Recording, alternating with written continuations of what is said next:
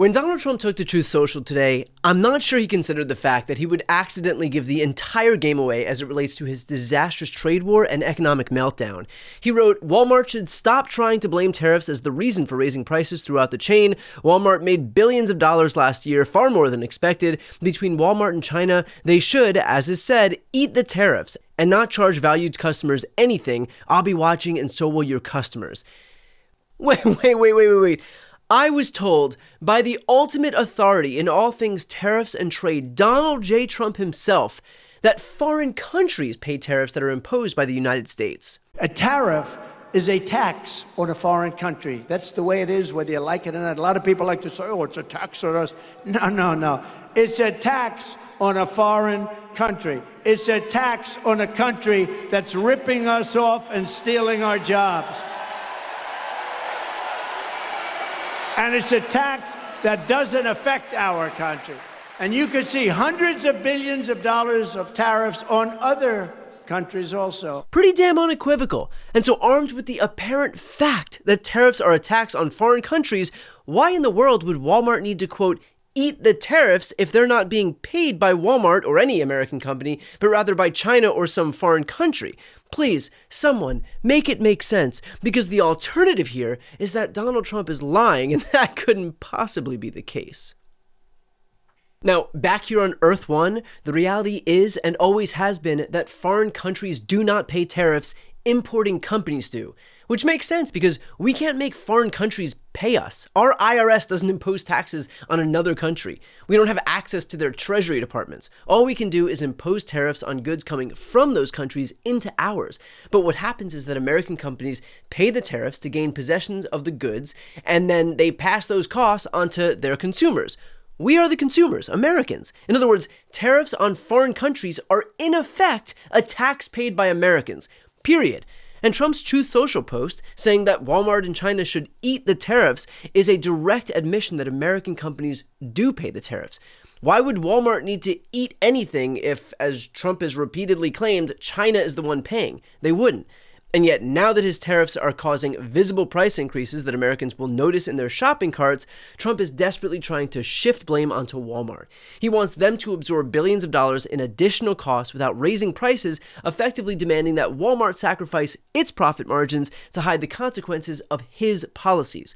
And look, in fairness, could Walmart afford it? Of course they can. They make billions of dollars in profits. And of course, they pay so poorly that Walmart is a top employer of food stamp recipients, meaning we, the taxpayer, subsidize Walmart employees' healthcare because they want to hoard that money for themselves, which kind of proves my point. Big corporations are greedy, and on no planet are they going to do what Trump is telling them to do, which is to just eat the cost on 145% tariffs or 80% tariffs or whatever number Trump lands on today, because this is a company that won't even pay for its own employees to afford health care. Meaning Trump can beg all he wants, he can post these desperate Truth Social ramblings all he wants, but he is just betraying how economically illiterate he actually is. But for every one Walmart, by the way, there are hundreds of small businesses for whom these tariffs aren't just a nuisance, or don't just shine a spotlight on how greedy they are, but are actually existential. Here are some of what I mean. Typically on a 40-foot container are $4,000 or $5,000. Now we're staring down the gun of a barrel of $129,000. This is our 15-year anniversary, and we're supposed to be celebrating, and instead we are scrambling to stay alive, and we don't know what every day is going to bring. My wife and I started this business 30 years ago. We've kept about 20 people employed for all that time. We've designed dozens of products in 7 different brands, everything from laptop security cables on the business side to liquid chalk markers on the consumer side. And yeah, we have almost all of that made in China. So all of them are being impacted. This is a drastic hit for us. We have $250,000 in inventory stuck in China right now. We can't ship it here. We don't have $400,000 to pay the tariffs that Trump wants on those right now. So we've had to freeze all shipments, all orders, all production. And sadly, we've had to let go of most of our people already this year. But really, this is Trump's playbook in action. First, implement policies that economists across the spectrum warn will raise prices. Then, when those prices inevitably increase, blame somebody else. It's the corporation's fault, it's retailers not eating enough costs, it's anything but the policy that directly caused the prices to increase. What makes this even more absurd is that it's happening during a time when Americans are already struggling with the economic aftermath of inflation. Inflation that Donald Trump is well aware of because he exploited it to win this last election. And while inflation has come down significantly from its peak, prices remain high and many American families are still feeling the pinch. The last thing they need is a new wave of price increases driven by tariffs, and yet that is precisely what Trump is ushering in. According to the Center for American Progress, Trump's tariffs amount to an average tax increase of nearly $4,600 per American household.